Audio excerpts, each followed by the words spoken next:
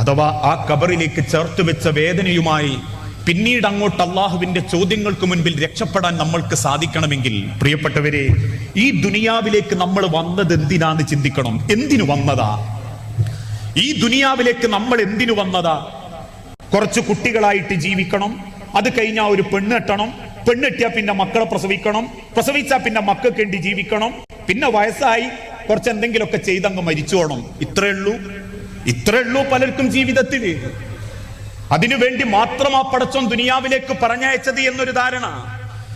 അതുകൊണ്ടാ പലർക്കും ദുനിയാവ് മതി, ദുനിയാവ് സമ്പാദിക്കാനുള്ള ഓട്ടത്തില. എന്തൊക്കെയാ ഇക്കണ്ട കാലഘട്ടത്തിന്റെ ഇടക്ക് സമ്പാദിച്ചതെന്ന് ചോദിച്ചാൽ ചില ഉമ്മാര് പറയലില്ലേ, 2 പെൺകുട്ടികളുണ്ട്, ഒന്നിനെ ഞാൻ ചെറുകാവിലേക്കും കെട്ടിച്ചു, ഒന്നിനെ പുളിക്കലങ്ങാടിയിലേക്കും കെട്ടിച്ചു. 2 ആൺകുട്ടികളുള്ളത്, ഒന്ന് രാമനാട്ടുകരയിൽ നിന്നും കെട്ടി, വേറൊരുത്തൻ കൊണ്ടോട്ടിയിൽ കെട്ടി. എല്ലാരും നല്ല നിലയിലായതുകൊണ്ട് ഇപ്പൊ വലിയ സമാധാന. അൽമാലു വൽ ബനൂന സീനത്തുൽ ഹയാത്തിദ് ദുനിയ. അതേ ഉള്ളൂ പറയാൻ. മൂത്തോന്റെ മോക്ക് 10 A+ കിട്ടി, ഓള് ബാംഗ്ലൂരിൽ പഠിക്കുക. ഇളയോന്റെ മോള് ഇന്ന സ്ഥാപനത്തിലുണ്ട്. ചെറിയ മക്കള് എനിക്ക് 10 സൂറത്ത് ഇങ്ങിട്ട് ഓതിത്തരും. മക്കളെയും മരുക്കളെയും കണക്കേ ഉള്ളൂ. എങ്കിലൊന്ന് ചിന്തിച്ചു നോക്കൂ, നാളെ പടച്ചോന്റെ അടുത്തേക്ക് പോകുമ്പോ ആ അള്ളാഹുവിന്റെ അരികിലേക്ക് കൊണ്ടുപോകാൻ നമ്മളെ കയ്യിൽ എന്താ ഉള്ളത്?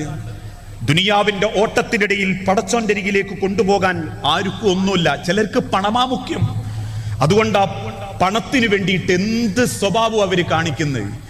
പണം വേണ്ട, പണമല്ല മനുഷ്യന്റെ സമാധാനം ഒക്കെ പഠിച്ചോലാ നമ്മളെങ്കിലും പണം ലേശം കുറഞ്ഞാൽ നമ്മളെ തനി സ്വഭാവം കാണും. ഞാനൊക്കെ പറയാറുണ്ട്, കല്യാണത്തിന് ആദ്യം അമ്മ അങ്ങോട്ട് പറയും കുടുംബക്കാരോട്, മോനെ പെണ്ണട്ടിക്കാനായിട്ടുണ്ട്. അപ്പൊ എല്ലാരും ചോദിക്കും എന്താ ഇപ്പൊ ഡിമാൻഡ്? അതിന് അമ്മ അങ്ങോട്ട് പറയും ഒരു ഡിമാൻഡും ഇല്ല. കേൾക്കുമ്പോ നമ്മളും വിചാരിക്കും ഖുർആന്റെ നടുക്കഷ്ണാണ്. എല്ലാരും അങ്ങനെയാന്നല്ലോ. ഒരു ഡിമാൻഡും ഇല്ലാന്നറിയും. ഒരു സാധു കുട്ടീനെ കിട്ടിയാൽ മതി, കാണാൻ ഇച്ചിരി വർക്കത്തുള്ള, അല്ലെങ്കിൽ കയറി ചെല്ലാൻ ഒരു പൊരള്ള ഒരു കുട്ടീനെ കിട്ടിയാൽ മതി. വല്ലാണ്ട് ചോദിക്കുന്ന ഒരു ചോദ്യവും ഇല്ലട്ടോ. ഈ ചിന്തിക്കുന്നത് ചിലപ്പോ നബീസ ചോദിച്ച മാതിരി ഇങ്ങനെ ചോദിക്കുന്നൊക്കെയാണെ ഞങ്ങൾക്കതില്ല, ഞാൻ ഖുർആൻ ക്ലാസ്സിലൊക്കെ പോകുന്നോളാ. ഇത് കേൾക്കുമ്പോ ആലോചന കൊണ്ടുവരുന്നോലും കരുതും അൽഹംദുലില്ലാ ഒരു കുട്ടി രക്ഷപ്പെടുകയാണെ രക്ഷപ്പെടട്ടെ.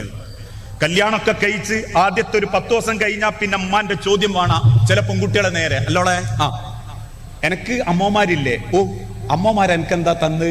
അമ്മനൊന്നും തന്നില്ല. എനിക്ക് ആങ്ങളാരില്ലേ? ഓ, ആങ്ങളാരെന്താന്ന് ചോദിച്ച് ഇപ്പോഴും പെൺകുട്ടികളെ മനസ്സ് ബേജാറാക്കുന്ന അമ്മമാരുണ്ട്. നിങ്ങളല്ലോ ചിലന്മാര്. അമ്മമാരെ കണക്കെടുക്കും, എളാപ്പാരെ കണക്കെടുക്കും, അതിൽ പൈസക്കാരെത്ര ഉണ്ട് എന്ന് ചോദിക്കും. ഓലെന്തൊക്കെ തന്നെന്ന് പറയും. കിട്ടാത്തതിന്റെ പേരിൽ ഇപ്പോഴും മനസ്സിന്റെ ഉള്ളിൽ വെറുപ്പുണ്ടടക്കുന്നവര്. പണമാ ചിലർക്ക് മുഖ്യം. പണം മാത്രം നോക്കി മാത്രം